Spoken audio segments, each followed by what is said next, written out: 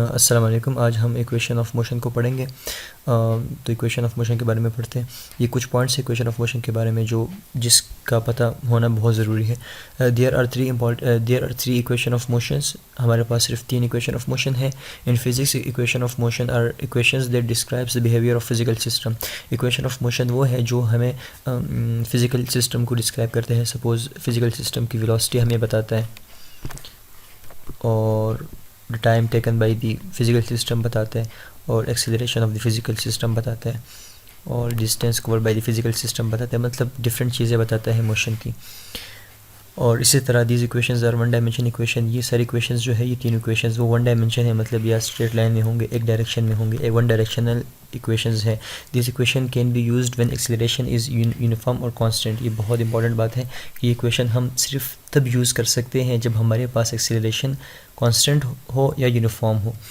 This motion will be linear motion. ये motion क्या होंगे? लीनियर मोशन होंगे। लीनियर का क्या मतलब है कि ये स्ट्रेट मोशन होंगे, सर्कुलर और रैंडम वगैरह मोशन में नहीं होंगे।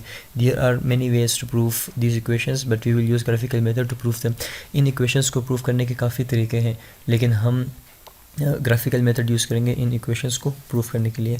तो चलिए फर्स्ट इक्वेशन ऑफ मोशन को प्रूफ करते हैं कि फर्स्ट इक्वेशन ऑफ मोशन क्या है और इसको हम कैसे प्रूफ करेंगे। तो ये हमारे पास एक्स एक्सिस पे जो है टाइम है और वाई एक्सिस पे वेलोसिटी है। ये हमारे पास वेलोसिटी टाइम ग्राफ है। तो अगर कोई बॉडी यहाँ से शुरू होती है और इस तरह वो उसकी मोशन हमें इस तरह डिस्क्राइब हो, तो जब यहाँ से शुरू हो ओरिजिन से, तो उसकी इनिशियल वेलोसिटी क्या होगी? 0 होगी। लेकिन अगर बॉडी इस लाइन के ऊपर से मूव करे, मतलब यहाँ से मूव करे, यहाँ से मूव करे, यहाँ से मूव करे, तो उसकी इनिशियल वेलोसिटी 0 नहीं होगी, इसकी कोई ना कोई इनिशियल वेलोसिटी होगी, और टाइम क्या होगा? वो 0 होगा। तो फर्स्ट इक्वेशन ऑफ मोशन के लिए हम क्या करते हैं कि हम बॉडी को,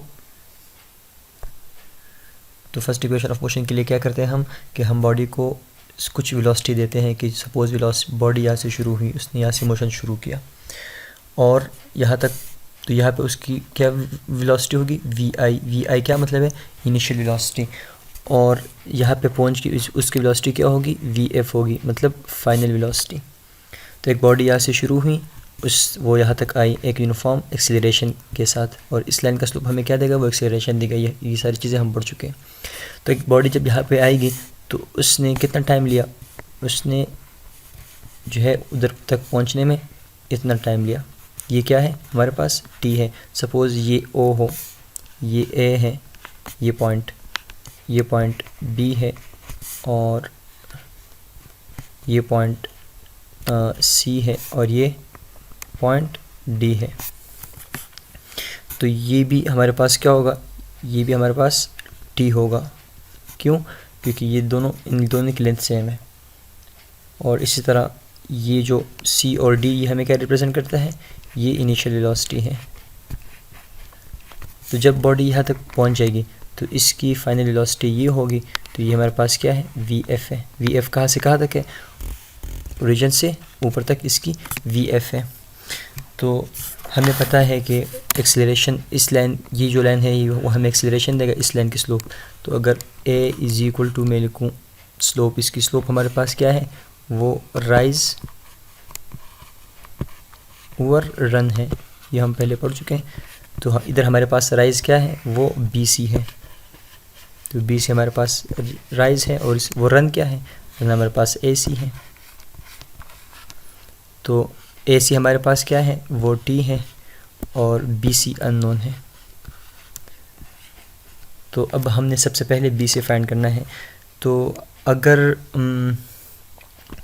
मैं कह दूँ कि बी सी मेरे पास क्या है? बी सी मेरे पास चेंज है ना, कि बी सी मेरे पास ये है, तो ये मेरे पास क्या है? This total minus this. तो अगर मैं बी डी से सी डी माइनस करूँ तो मेरे पास बी सी आ जाएगा। तो बी डी मेरे पास, मुझे पता है कि बी डी क्या है? बी डी मेरे पास क्या है? वो वी एफ है ये। तो V F minus C D मेरे पास क्या है? वो वी आई है, इनिशियल वेलोसिटी है।